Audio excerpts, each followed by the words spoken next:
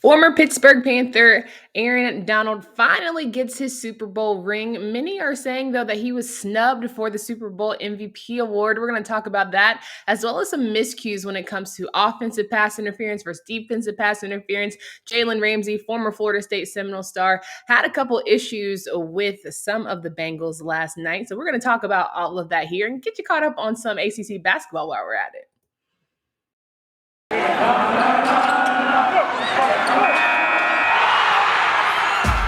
Locked On ACC, your daily podcast on the Atlantic Coast Conference. Part of the Locked On Podcast Network, your team every day.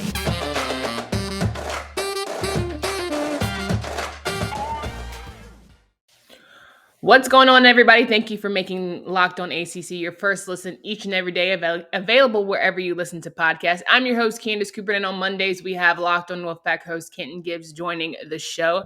Today's episode is brought to you by BetOnline. BetOnline has you covered this season with more props, odds, and lines than ever before. BetOnline is where the game starts. Please visit betonline.net.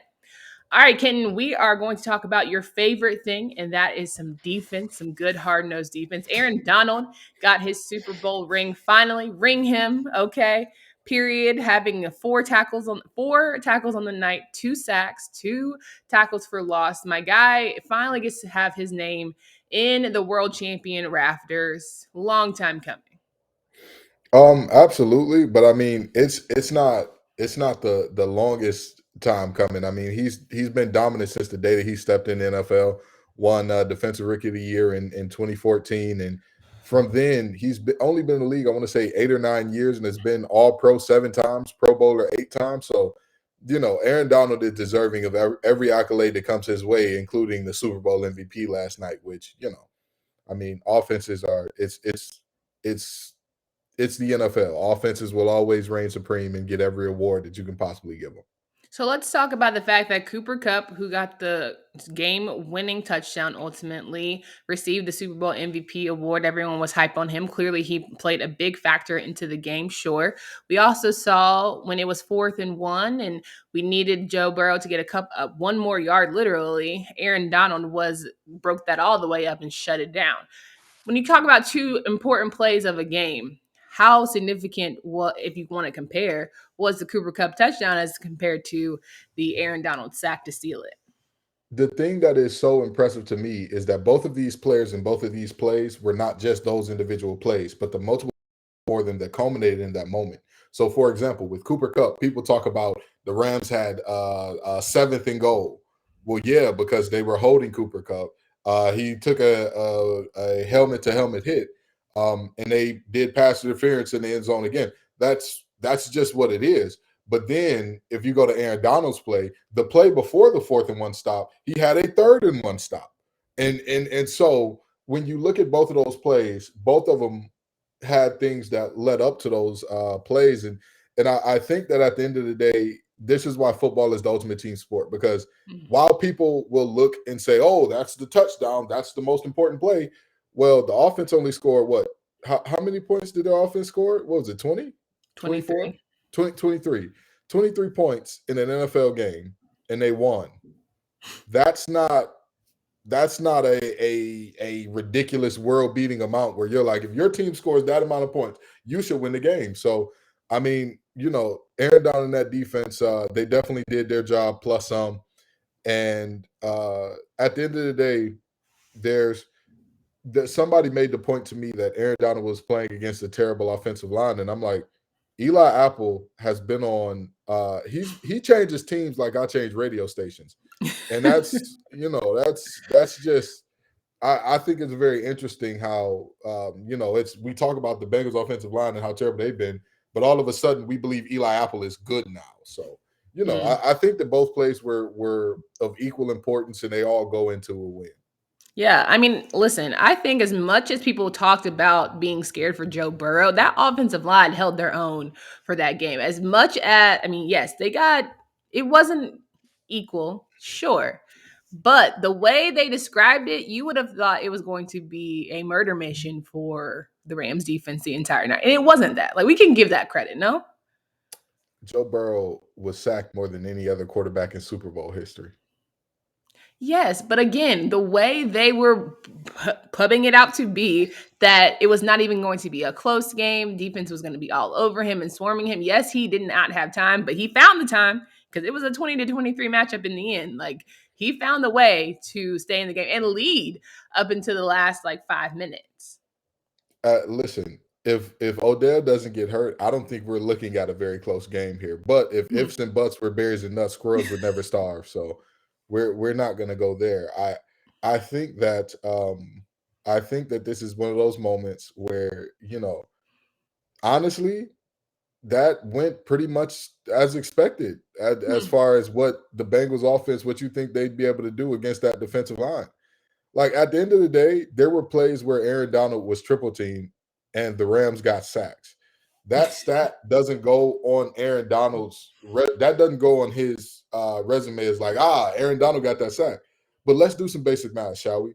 Sure. You have 5 men to protect as far as your offensive linemen. We'll even throw in the back for the 6. You got 6 men to protect. 3 of them are on Aaron Donald, right? So it's 6 people walking up. Now it's just 3, right? Or yeah, it's 6 people walking up. You took away 3. Now you got 3, okay?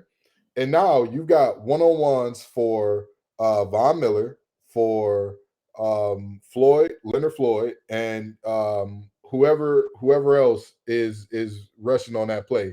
Be it Phillip Gaines, be it the linebacker that they always got blitzing, number 50.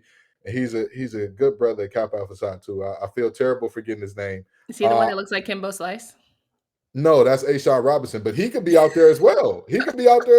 So I mean, the reality is you have a situation where, the stats are not going to go to him. He's not going to get the pub and the love for that. But objectively, because their O-line is so bad, you have to dedicate that much to him, which frees up everybody else. So was he snubbed from getting the MVP award? Should he have received that award? Oh, absolutely. Absolutely. Yeah. People don't understand how hard it is, the difference between being an interior defensive lineman and a edge rusher, right? An interior defensive lineman, teams can naturally double team you in ways that they cannot as an edge. Even with an edge, they can chip block you or whatever the case may be. That chip block is coming from a small guy. And I know it's still a grown man that is coming to knock your block off, sure. But that's different than a 330-pounder and a 315-pounder coming at you at once. That's just an objectively different story. So Aaron Donald's disruption, the way that he ended the game and all that, I think that he was my Super Bowl MVP. I'll say that. And just for sake of, you've obviously been on the field before as a defensive lineman, how difficult is it to be triple teamed and still be successful? Like if we're really talking about just how incredible Aaron Donald is, to sum it up here as we move forward, being triple teamed, still having the numbers that he puts up and being able to be as dominant as he has been for so many years, how incredible is his story? I'll say it like this. Cooper Kupp often gets criticized because he's not an outside receiver. It is much harder to double team slot receivers because, number one, you can't get good hands on them off the line. Number two, they're often in motion. So, again, tougher to truly have down. They're going to be here. The bracket is going to be set up in this way. This guy's over the top. This guy's underneath. But as a defensive lineman, you're in a static state. Wherever you line up at, they can identify you at some point in time. He is here. You may move after the snap to cross face or to go outside, whatever the case may be. It may be a pass rush game, a text or an X or a TO, whatever the case may be. But you are not going to be able to shift your alignment in a way that the offense cannot properly realize where you are and how they need to block you. So all that to say, Aaron Donald is pretty incredible. Oh, he's absolutely phenomenal. Anybody who didn't believe otherwise, put down the drugs, okay? Put them down. They're not good for you. They're rotting your brain. And there are people that say that he may consider retirement and try to go out on top. And we know that we saw, Eli Manning do sort of things, not the same way, because Peyton Manning wasn't on top per se, the same way Aaron Donald probably still has a good 4 to 5 left in his system. But I want to talk about, what do you think about his transition, as well as Jalen Ramsey's issues with the offensive pass interference versus defensive pass interference, because while we have you, we might as well get the experts' analysis here. Now, while football season might be over, Basketball season is in full swing for both pro and college hoops. From all the latest odds, totals, player performance props to where the next fired coach is going to land, BetOnline.net is the number one spot for all of your sports betting needs. BetOnline remains the best spot for all of the sports scores, podcasts, and news. And it's not just basketball. BetOnline.net is your source for hockey, boxing, and UFC odds, right to the Olympic coverage and more information. Head to the website today or use your mobile device to learn more about the trends and action. BetOnline is where the game starts. So we're here with Kenton Gibbs of Locked On Wolfpack. He comes on every single Monday. You can find his show available wherever you listen to podcasts as well. And eventually he'll find himself on the YouTube worlds and the spaces where we can see his lovely face weekly. Now we are talking about Aaron Donald and some former ACC stars, Jalen Ramsey included, out of Florida State, Cam Akers, a lot of champions over there out of LA. Aaron Donald. Super Bowl MVP snub, maybe. Possible retirement. Goodness. I can't even imagine the NFL without him. But, you've done everything you need to do. You finally got your Super Bowl ring. What's left? Is it just a greed thing? We want to get as many rings as possible. It's a lot on the body for football. Do you think he could potentially retire after this season? I mean, he could. He could. And at the end of the day, he has nothing left to prove. He's a 3-time Defensive Player of the Year, 7-time All-Pro. Again, this man is I'm very aware of the history of the game when I say this. He is the most dominant interior defensive lineman that we have ever seen in terms of pass rush. We've never seen anything close. We have never seen anything. And trust me, I am one of John Randall's biggest fans. I'm a huge John Randall fan, even though he's a Viking, ill, gross. That's another story for another time. I am a huge fan of him. I am a huge fan of some really Warren Sapp, a lot of guys who were really, really, really good, really good. We've never seen anything like Aaron Donald. Never. Yeah. Never. Yeah. Well, I mean, I think it just credits to all of the off-season knife training he's done, some ninja, whatever preseason ways to get himself together. That clearly has everything to do with it, right? Okay. Those knives were fake. Were they really? Yeah, they were. It was an April Fool's joke. Oh. That man, as many millions as he makes you think he traded with knives, he's not stupid. We've seen people do off-season things many a time, so I just thought that he was trying to take it to the next level. Yeah, no, he can get to the next level without the knives, without the potential risk of being stabbed, and that he's doing all right. No doubt. Again, 23-20, LA Rams defeated the Cincinnati Bengals. A great sight to see. A lot of good action, throughout the game. It wasn't the greatest Super Bowl I've ever seen, but that halftime performance, it wasn't the greatest I've ever seen, but it was up there. Top five. I mean, absolutely. It was definitely an ode to millennials, and there was a lot of things in there. The fact millennials get nothing so many times, and that was like our moment, man. You could tell exactly how old people were by how they reacted to 50 Cent hanging upside down. Somebody get that man some oxygen. If you weren't there for the In the Club era, you didn't understand it. You did not understand. But if you saw that video when it first dropped, and he's running on the treadmill and he's hanging upside down to start off, you knew. You saw it, and you he did the thing. He did the thing. Right. It's like Spider-Man when Osmond said, I'm something of a scientist myself. If you were there, you were there for it. You know. Absolutely. Exactly. The only part about that was in the club video, he didn't have a chain on his neck. So when he was performing at halftime, he had the chain. I was like, my brother is suffocating. I don't know how long y'all had to have my buddy up there, but it was too long, right? 50 Cent was looking like a dollar bill. Listen, time does that to people, okay? Bodies change over time. I'm a living witness. Exactly. We are not going to shame anybody's body for changing. That's what time does. Sometimes 50 Cent is a bully, though. He deserves everything coming his way. Ain't gonna hold you. Bad things can happen to bad people, okay? Let us never forget that. Just because somebody violates often doesn't mean that they are immune to being violated. And the way that the internet is doing 50, Maybe a little bit of violation. Maybe a little bit of Man, there's a violation. lot of violations. A couple of violations. We gonna send what up for our boy Eli Apple because man, he is being in the torture chamber. We don't have time for that. Big Ten can talk about that on their Locked On show. That's their business. That's their business. Eli's their business. We got to talk about some ACC on ACC violence because this T. Higgins of Clemson and Jalen Ramsey matchup was some ACC on ACC violence. It absolutely was. So let's start beginning of the game. Straight out the gate, the Bengals were like, let's punch him in the mouth early. Fine. We saw Jalen Ramsey, T. Higgins. First play of the second half. First play of the second half. We're thinking, wow, Jalen Ramsey got burnt. But upon further review, upon an actual replay, apparently why they should send stuff upstairs, my guy Jalen Ramsey got his helmet rocked. And then he fell on the play. And everyone's, oh, Jalen got burnt. Well, actually, he got his head turned around. Y'all know how I feel about this. Y'all know how I feel about it. Get rid of offensive pass interference as a call. If you're never going to call it, stop having it in the rule books. Tell defenders, I'm making your job harder. I do not care. Live with it.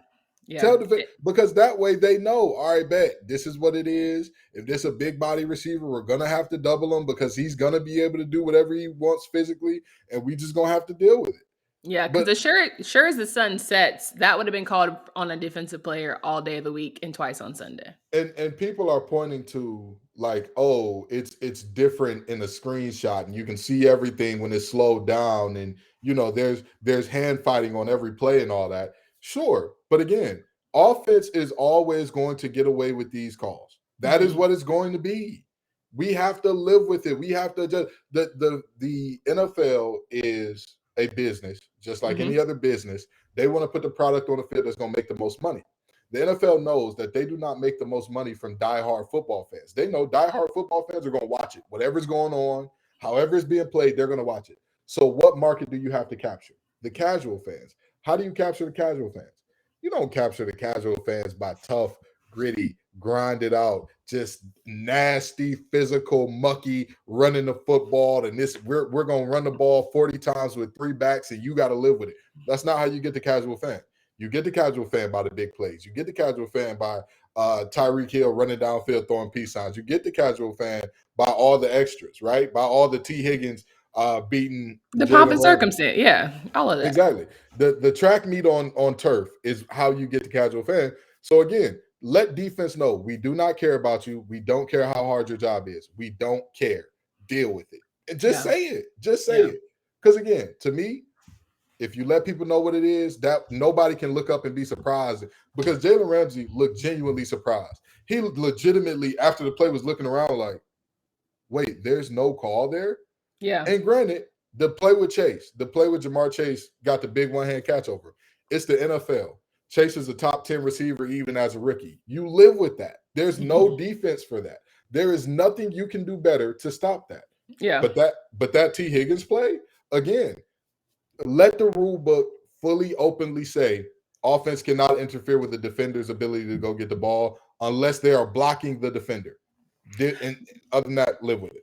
But I'm wondering, we talk about this here in the ACC all the time. We talked about it this season with Wake Forest and A.T. Perry and him pushing off. And then for so long throughout the season, he got away with it. And then there were a couple games that really mattered that they started calling it. Maybe they had a little more tape about it. But my thinking is, okay, you review this, play between Jalen Ramsey and T. Higgins, and you're like, okay, next season we're going to be way more diligent about offensive pass interference. We're not going to let guys push off. We're not going to let guys really, face mask. We're going to make sure that we are more diligent about calling plays, right? That's how it should go. And what words do you think that's going to happen? That's how it should go on paper. We watched A.T. Perry do that for 10 weeks straight before it got called. Yeah. 10. We watched it for 10 weeks. And listen, wait. Before you say that though, the fact that the ACC refs, I feel like they were attending the Super Bowl, because the way they weren't calling anything until they decided they wanted to call everything. I'm like, are we watching our conference here? And this is what I'm talking about. For example, when people talked about, let's go back to Aaron Donald, when he got his first sack of the game, or maybe it was the second one, the one where he pushed Joe Burrow as he was running. Joe Burrow was still in bounds when Aaron Donald pushes him. And we've seen Pat Mahomes do that thing before where he comes up to the sideline and tightropes the sideline because he knows you cannot touch him once he steps out. So Aaron Donald pushes Joe Burrow out of bounds. Joe Burrow's offensive lineman run over there and literally start hitting Aaron Donald in the face. But no that's call. off the strength. That's off the strength, though. That's off the strength. But how do you not call that? How do you not? This is not. It's different if you're just bumping a player. Sure, whatever you want to bump, whatever you like to tussle or whatever. Sure. Once you get to throwing hands, at that point, something needs to be called. But it's the way the old lineman came after Aaron Donald is the way I wish that Duke players had gone after my boy Collins when it was Wendell Moore Jr. the other night, Clemson and Duke. I'm just saying, like you gotta ride for yours. I'm riding for mine. Basketball players are a different breed because I'll tell you what. You undercut my player like that, they ain't gonna have enough flagrants for me. They're gonna call it flagrant 3. They're gonna invent a flagrant just for what I do. Don't worry about it. Don't worry about it, Playboy. But I do agree. But again, if you're gonna call it tight, call it tight the whole way. Don't call it tight in the fourth quarter with 5 minutes. Like we don't. Why? For what? For what reason? Yeah, that's silly to me. If y'all have just been letting it be, like I think that had to be the first Super Bowl we've ever seen where there was no holding, there was no hands to the face, right? There was no holding. None. Right. But that's what I'm saying. They're letting everything go. Y'all just letting them ride. And again, this is why I say get holding off the books. Tell defensive linemen, offensive linemen can hold you. Deal with it. Figure it out. Because here's the secret that many people don't know. In defensive line rooms around the country, defensive line coaches tell defensive linemen they're going to hold you. Deal with it. So just adjust the rule book to be the same way. Hey, they're going to hold you. There's nothing we can do about it. Whatever. Yeah. Figure it out. Sure. Again, I'm not upset. I wouldn't be upset at the rules making it even harder for defenders to do our jobs. Yeah. Like literally, the target zone on the quarterback is already from the I believe it's like the collarbone down to the bottom of the thigh. Now imagine that for a quarterback like Drew Brees, that's 5'10", and whenever Russell Wilson, Kyler Murray is already like for most guys, if you just reach straight out, you're going to hit him in the face. Now imagine he can duck down. Now you've touched his face mask. 15. Now you've hit him in the head. 15. That's trouble. The job has already become insurmountably hard for defenders. Look at the point totals.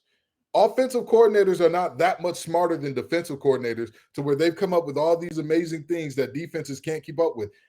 Schemes don't matter. There is no magical scheme that if your team runs this, they will win. Trust me, if it existed, everybody would run it. But what it is rules are making it easier for offenses to proliferate, score, do what they have to do. Okay, great. So take some of these rules off the books. Let defenders know we're not going to call holding. We're not going to call offensive pass interference again, unless they're blocking, unless it's like somebody's running the screen and they're blocking before the ball gets there. Sure, we'll call that. But one-on-one hand fighting, you got to deal with it. And you can't hand fight back or else we're going to call defensive pass interference. Deal with it. No doubt. We're going to wrap up the talk here in just a second, but I want to remind you guys that this time of the year, you might be giving up on getting right for the year, but don't. I think it's still time to get fit, and you can do that by also eating right. And that's why you got to try a Built Bar. Have you tried Puffs? If you haven't, you're missing out of one of the Built Bar's best tasting bars. Puffs are the first ever protein-infused marshmallow. They're fluffy, they're marshmallowy, they're not just a protein bar, they're a treat. They're 100% covered in real chocolate. Low calorie, high protein. Replace your candy bars with these Puffs. They're better. Typical candy bar can run you so many calories, but not Built Bar Puffs. 130 4 to 5 grams of sugar, 4 to 5 net carbs and 17 grams of protein. Go to Built.com, use promo code LOCK15 and get 15% off your order. Again, use promo code LOCK15 for 15% off at Built.com. So we're wrapping up the show here with Kenton Gibbs. And of course, we want to remind you guys that if you have not yet, please follow Locked On Bets podcast, wherever you get your podcast. I'm sure a lot of people made a lot of good money last night as they were having all in on the Rams or the Bengals. Even the Bengals covered. So let's talk about it. It was -4. Bengals got in within 3. All right. So we talked about Super Bowl. Was it overall your experience best Super Bowl you've seen? Or because the playoffs were just so good every weekend, it was kind of like, anticlimactic? As a Lions fan, to see Matt Stafford win a ring was extremely exciting. To see Ashard Hmm. Robinson get a ring after Matt Patricia told him, and I quote, "I'll end your career. You'll never play here again." Well, look at that, Matt. Funny How how the you tables doing? turn. Oh, how the turntables. And look at you, Matt Patricia. So honestly and truly, it was a great thing to see that. It was a pretty good Super Bowl, all in all. Mhm. I don't think that this was the most spectacular or magnificent by any stretch of the imagination. A lot of guys got hurt during the Super Bowl. You look at what happened there, and that's not ever really a thing that you want to see. But all in all, I think it was a pretty good Super Bowl. I don't think it was a bad one.